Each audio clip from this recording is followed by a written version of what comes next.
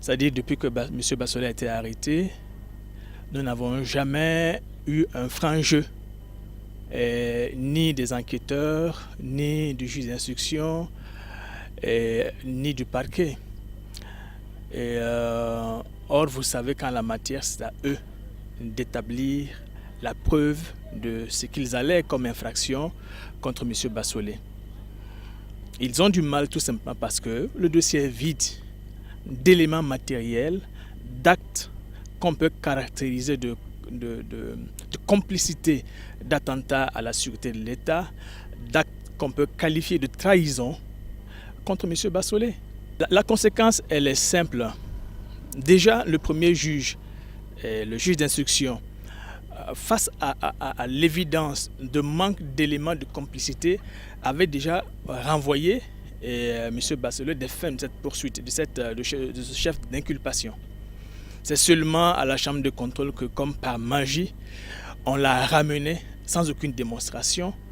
Et la conséquence, de manière générale, devait être que M. Bassoley devait être renvoyé, bénéficier d'un non-lieu, comme pas mal de personnes. Et comme je l'ai dit, notre conviction, c'est que M. Bassoley paye ses prétentions ou ses velléités d'occuper des fonctions politiques au haut lieu dans ce pays. Lorsqu'on me parle d'ailleurs de vérité, justice et réconciliation, ça me fait sourire. Lorsqu'on me dit non, après le procès, on verra. Vous comprenez qu'après un procès, il n'y a que la vérité judiciaire. Si elle est bonne, elle est bonne. Si elle est fausse, elle est fausse.